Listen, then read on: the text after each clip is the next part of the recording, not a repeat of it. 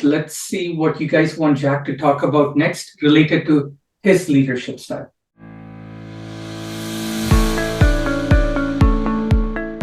Do you feel that your organization's leadership invests in genuine engagement with its teams?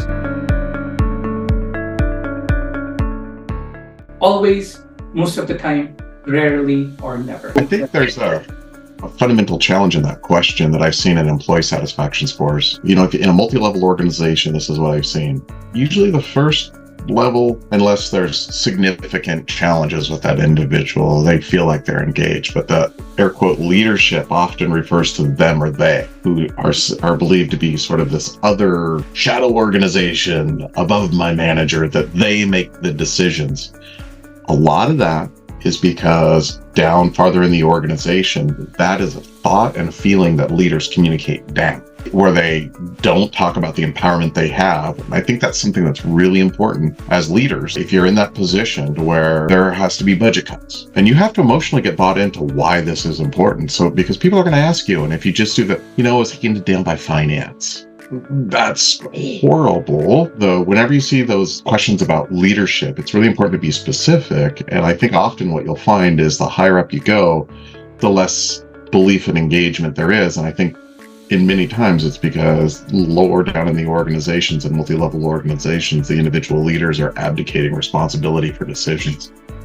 Which topic would you like Jack to delve deeper into regarding his leadership style? Single choice. Can you share more about your approach to fostering unity within diverse, geographically spread out teams? What specific strategies do you use to overcome the challenges of connecting with teams and stakeholders across various locations? Or number 3, could you elaborate on a specific experience where you fell into the Seagull manager trap and how you changed your leadership approach? So first, what specific strategies do you use to overcome the challenges of connecting with stakeholders? So once you start having stakeholders, it could be sales, it could be inside of it, it could be customers, right? So for instance, you have a customer that is, selecting with your products. That product decision could be a defining moment in their personal career, right? That could either make or break their career if they're choosing a new architecture or platform, or for them to progress themselves. And, there's, everybody has an ego. And whether we like it or not, and there's an engineering ego, there's a leadership ego, right? For me, that's really important to understand and try to understand. And that goes with asking, going in without assumptions. And I hate to say it again, just asking some basic questions and listening. Could be that they're under-resourced because their rival within the organization gets all the resources and they feel like they've been short-shifted.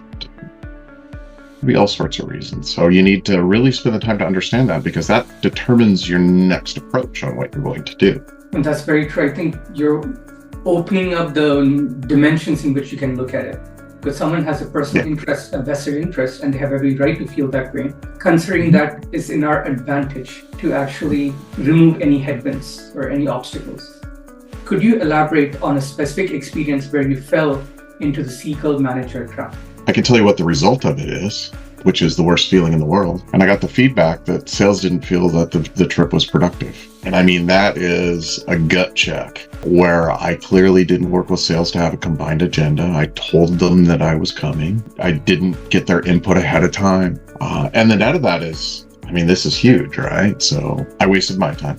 I wasted field time. Most importantly, even if they weren't the right customer, I wasted customer time, but not just customer time, the field's opportunity to get into that customer to bring me in was maybe not the best customer, or if I had given them more time or got more engaged with them, the right customer for the best ROI, right? There's very limited amount of customer engagements you can have. They're like, you only get so many punches in that punch card, and I wasted one with a salesperson.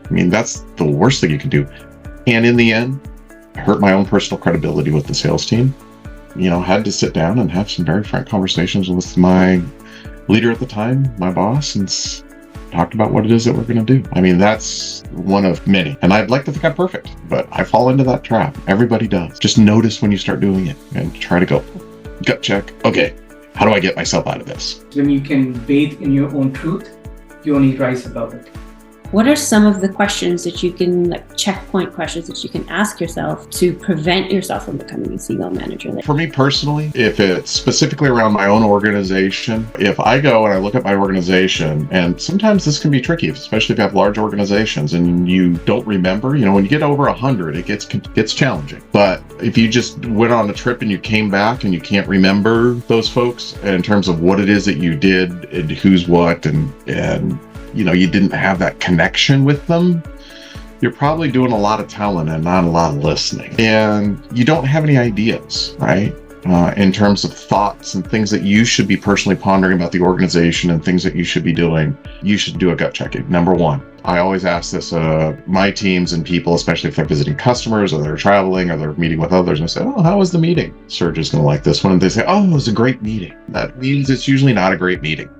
But that's one of them, is if you come back and you say, it's great meetings, that's probably you just Seagull manage yourself. So I think that's really important to think about. One of the key takeaways is to be a good listener and make sure you continue to listen to help prevent you from becoming a Seagull manager. That is one life skill that benefits us all, is to really try to be a listener. Listening is something that we don't do a lot of. And the sad thing is, with the phones and the different social media platforms, it's not cool to listen. It's cool to yell and say, you're either with us or against us, and you don't want to listen to anybody else, and you just tell. What are some best examples you have seen by leaders when letting go of people? You're in that climate right now. So there is no easy way to do that. This is during the exit interview. The leader and the person in HR need to be very clear on all the information. Benefits information, payout dates, all of that stuff. There should be no. So as a manager, you owe it to the employee to be appropriately prepared to talk about the facts. It's not a time to talk about emotions. As a manager, don't try to make yourself feel better about your decision. The one thing as managers that I will say, for managers out there that go through this, that I will say, but it's not about you as the manager making yourself feel better. It's about the person across for you getting really difficult news all at once. Not many of us understand about how to be decent about engaging and seeing the thing at a magnifying lens. And have all your data ready. Make sure that it's all there so that, they can have something tangible to go away with and kind of digest and read. Giving them something to actually, with documents and things to read, in my belief, a better feeling of comfort of that situation, rather than just say, oh, go look it up on your phone. I think what you really spoke to very well is showing the employee a level of respect. And by having all the data ready and keeping your own emotions out of it, it's really about making the employee feel respected. And I think another aspect of having all the data and what you said about give them something so that they can read, I think one aspect of it is they can't really digest all the information in that moment. I've been in a situation where an employee was having a really difficult time with it. And, I said, okay, let's give you a moment. And I said, do you need time? With that morning, you lose your email access, you lose your badge access, right? You kind of get shut out of everything. There's outstanding times being a leader.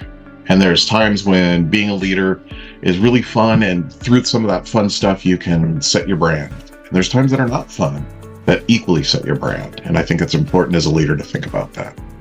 We started with Seagull Manager, but we got into a very important topic. And really appreciate you, Jack, for bringing your genuine self, your human self, and being very transparent and detailed.